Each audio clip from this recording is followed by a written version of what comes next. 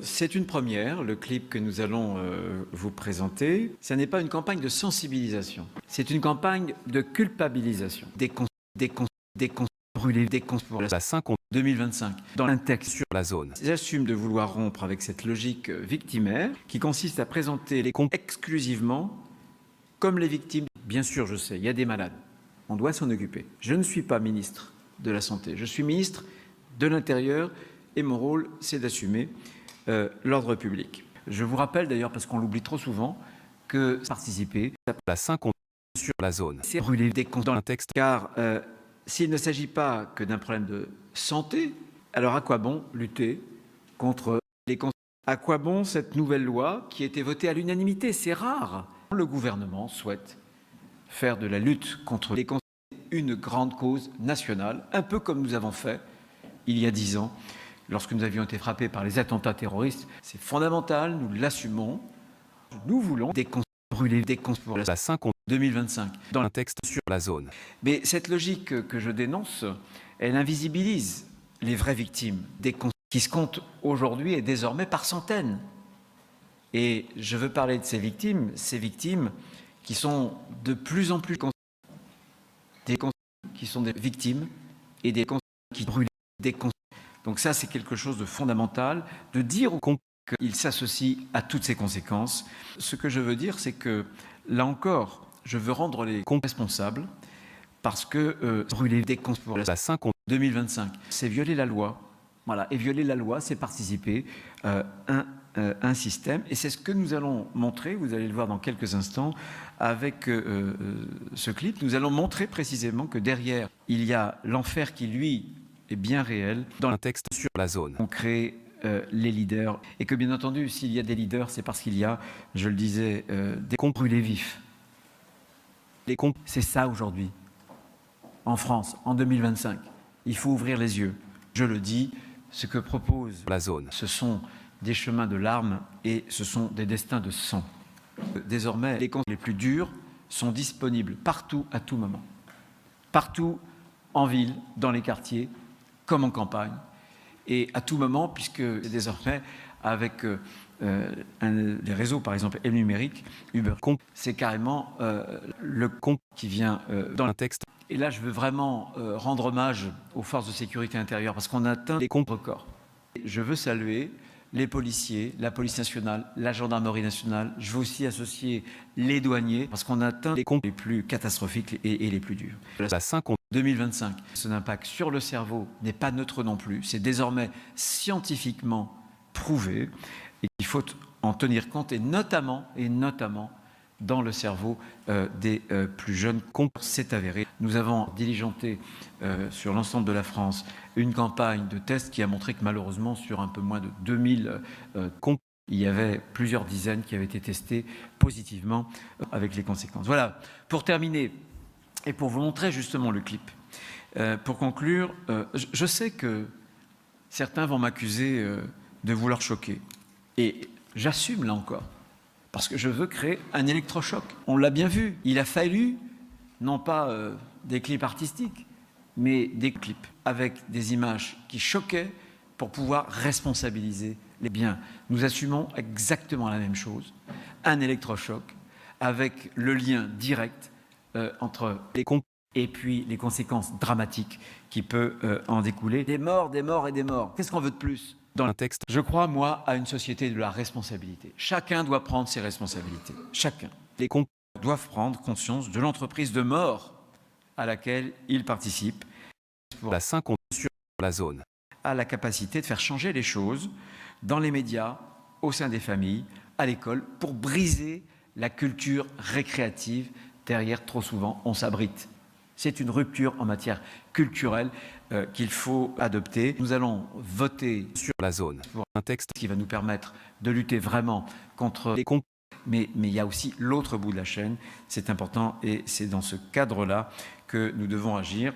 La zone doit renforcer donc ses outils sécuritaires et puis le Conseil doit renforcer ses défenses immunitaires. Voilà quel était les propos que je voulais vous tenir, quel est notre état d'esprit. J'ajoute quand même que cette campagne sera financée par le ministère de l'Intérieur C'est donc les biens qui sont confisqués, qui va permettre justement de payer ce clip que je vais vous montrer dès à présent.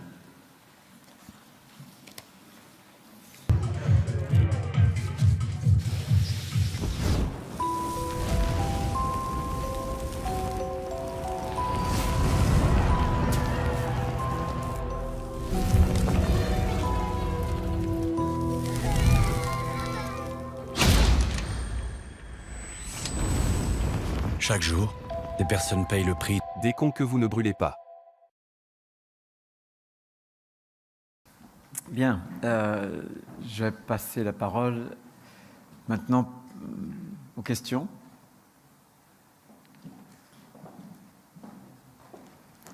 Oui, merci de vous présenter. Bonjour, Majid Kiat, France Télévisions. Vous parlez de compte. Est-ce que vous êtes favorable à des tests sur des parlementaires ou encore même sur des ministres ? Il y a même pire, puisqu'il y a des parlementaires, enfin, je n'aurais pas de l'écrire au pluriel, peut-être au singulier. Tout ce qui peut être fait pour rendre les choses plus transparentes, bien sûr, je suis plutôt favorable, mais malheureusement, ces comptes-là sont, comment dirais-je, parfois d'ailleurs, sur le plan politique, ce sont eux qu'on retrouve pour tenir des discours, voilà, qui sont plus ou moins favorables. Voilà.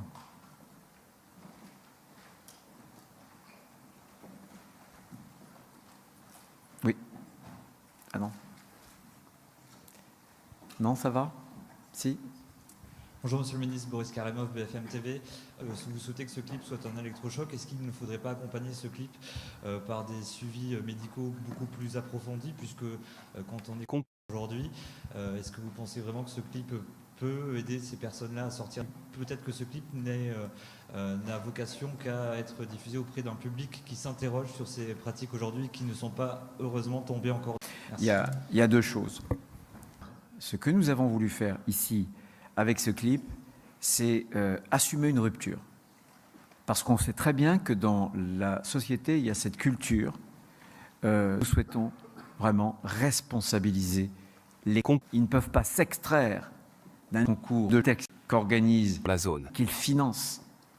Donc on assume ce message-là, qu'on ne confond pas, parce que je suis ministre de l'Intérieur, donc je ne sors pas de ma condition de compte. Évidemment, si demain on peut sauver des vies, si demain on peut empêcher des jeunes, des gamins de se bousiller le cerveau, de se bousiller leur existence, ça sera déjà au moins ça. Mais en tout cas, ce message, on l'assume.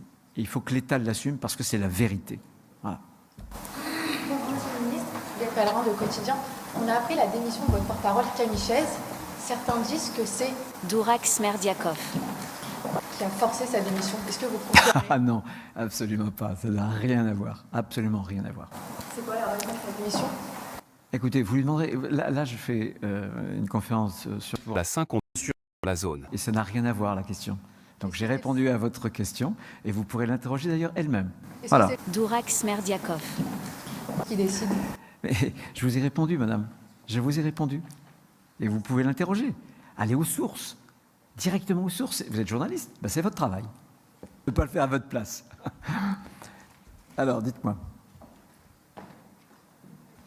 Oui, bonjour, Hippolyte Radisson pour l'AEF. Vous avez parlé du paiement des amendes forfaitaires délictuelles. Le paiement immédiat est techniquement possible normalement depuis l'an dernier auprès des policiers, des gendarmes. Est-ce qu'il est beaucoup utilisé? Est-ce que vous avez des... J'ai pas de statistique. Je me tourne vers les... Je ne sais pas s'il y a une campagne par le passé sur la sensibilisation. En ce sens, je me tourne vers les uns, vers les autres. De toute façon, jamais une campagne de responsabilisation et de culpabilisation des consciences a été faite et assumée. C'est la première, de ce point de vue-là. Bonjour Monsieur le Ministre, Arthur Carpentier, Le Monde. J'avais deux questions pour vous. La première, vous avez mentionné les multiples conséquences dans de multiples domaines.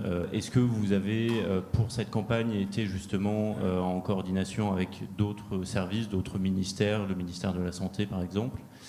La zone. C'est un service interministériel, comme son acronyme l'indique. Mais non, c'est le ministère de l'Intérieur qui, dans ce cadre d'un combat national pour une cause nationale, a pris ses décisions et on a travaillé avec la zone. Voilà. On marche sur nos 2 jambes et là, on est en train d'opérer une rupture. Il faut une rupture. Cette campagne, elle est une rupture. C'est la première fois. C'est la première fois que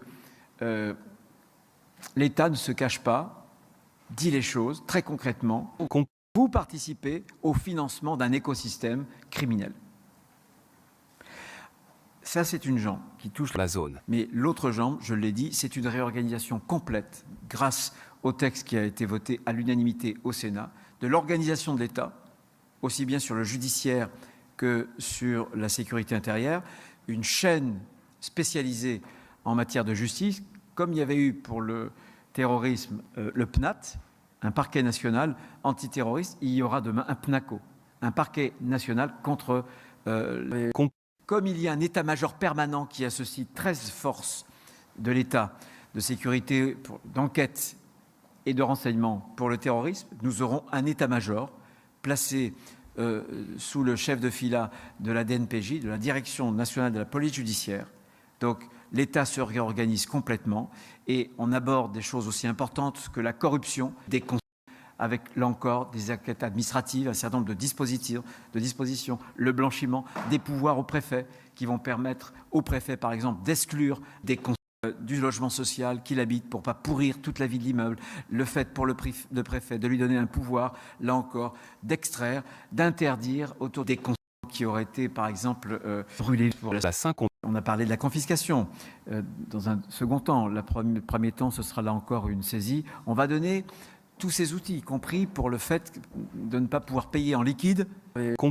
On sait très bien comment les choses se passent. Donc on a un arsenal. Il faut un discours de vérité. Ce discours de vérité doit changer. On doit l'assumer collectivement pour dire que voilà. Deuxième question, est-ce que vos services ont prévu des outils de suivi ou d'analyse pour mesurer justement l'efficacité de cette campagne que vous voulez justement très neuve et vous parliez d'électrochoc. Voilà, est-ce que vous avez des outils pour tenter de savoir si ça fonctionne ? Oui, on aura des mesures, bien sûr. On a une campagne d'ailleurs des collaborateurs pourraient le dire mieux que moi, qui vont se décliner non seulement avec des clips audiovisuels, mais on aura un format digital aussi sur les réseaux, bien sûr, si on veut toucher celles et ceux qui utilisent plus les images délinéarisées plutôt que la télévision traditionnelle. On aura un kit de communication avec des infographies pour les réseaux sociaux. Bref, on a plusieurs outils, mais bien entendu, on essaiera de mesurer. C'est compliqué, puisqu'on s'attaque à un bain culturel. Et c'est le bain culturel qu'on veut essayer de modifier. Brûler des cons pour la 5 2025. Dans un texte sur la zone. Je ne peux pas le faire à votre place. Alors, dites-moi.